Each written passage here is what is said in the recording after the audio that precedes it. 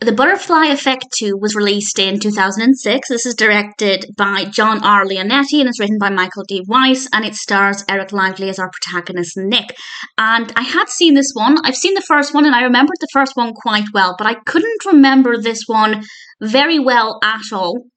And I've never reviewed it on here, so I thought I'd take the time now to rewatch it. And I'm glad that I have a terrible memory because it means that I get to rewatch enjoyable films and enjoy it as if I'm watching it for the first time. There won't be any spoilers for the specifics of what happens in this. I most certainly won't spoil how it ends, but I will talk a little bit about what happens in the first kind of 20 minutes or so, and that really helps us to set up the narrative. And I have to say, the narrative developed really well.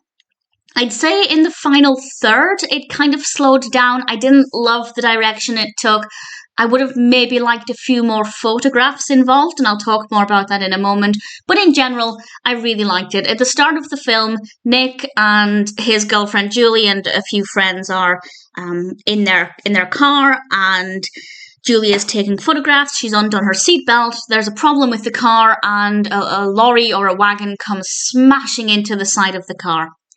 And then cut to some time in the future, and Nick is obviously grief-stricken. And he starts to have some physical effects, mostly headaches, nosebleeds. And then he realizes that if he looks at a photograph, he can travel back in time to that photograph, to that situation. And he thinks this is an opportunity for him to go back in time just before the car crash, before the accident, and rectify the problem that was caused.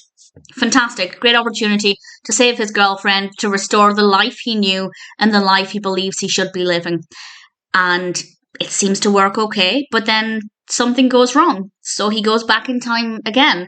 And every time he manipulates the past through the butterfly effect, it significantly changes the course of the future.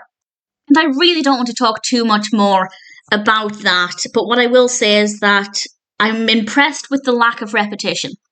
And I say this because there are many films that deal with going back in the past or going back to a certain point in a person's history to try and change events. And often with those films, if they're not done right, they can become very repetitive. But with this, there is, I'd say, next to no repetition. Everything is different enough that it feels fresh and fascinating and unclear. It's unclear where each scenario is going after each time he goes back and tries to change things. And I like that. It kept things very interesting and very unpredictable. As I said, it does slow down a little bit towards the final third, and I think maybe they could have brought in a couple more photographs. I personally would have liked to have seen him trying to fix things again and again a couple more times, but at the same time, if somebody argued that they liked it with the pacing that we had and it gave some of the situations more time to be fleshed out, then I can understand that.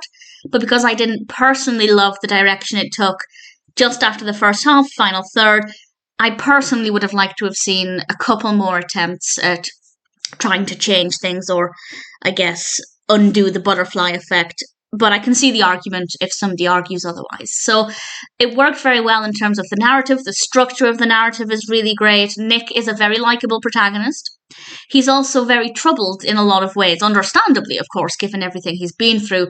And I think he's a very believable character, and I believe his actions and his motivations. The performance was really good as well. So that definitely, that helped a lot, because if we didn't get behind the character emotionally, if we didn't care about the protagonist, why would we care about them trying to fix their life? So that ticked all of the right boxes for me as well, and it's very well edited, and I have no real complaints.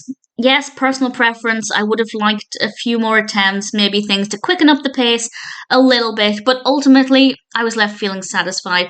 And I think there are some really great messages in here about control and about how, obviously, one action can significantly alter the course of the future, as is the nature of the butterfly effect, of course. So I really enjoyed this one. I don't remember how it compares to the first one in terms of me liking it.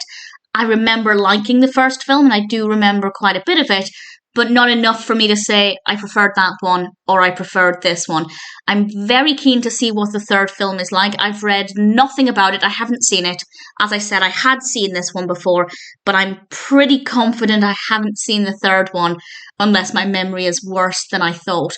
So I'm looking forward to that one. I will go in with an open mind and hope for the best. But if it's anything like this one, then I think it's going to be pretty decent. It's a good film, really great narrative, brilliant structure, brilliant editing, mostly great pacing until the final third. But that might be a personal preference thing. Nick as a character is really likable, and it raises some really interesting thoughts, and definitely helps us to realize that sometimes we can't control things, and that's kind of the nature of life, and the butterfly effect is a genuine thing. If you've seen the first film, then I absolutely recommend this, assuming you liked the first film, of course. I will endeavour to watch the next film pretty soon. I think I'm going to watch that pretty quickly because I really enjoyed this one, and I will report back on whether I recommend that one or not in due course. But for now, I thought The Butterfly Effect 2 was pretty decent. I'm glad I've had a chance to watch it for the second time, and I'm happy to recommend it.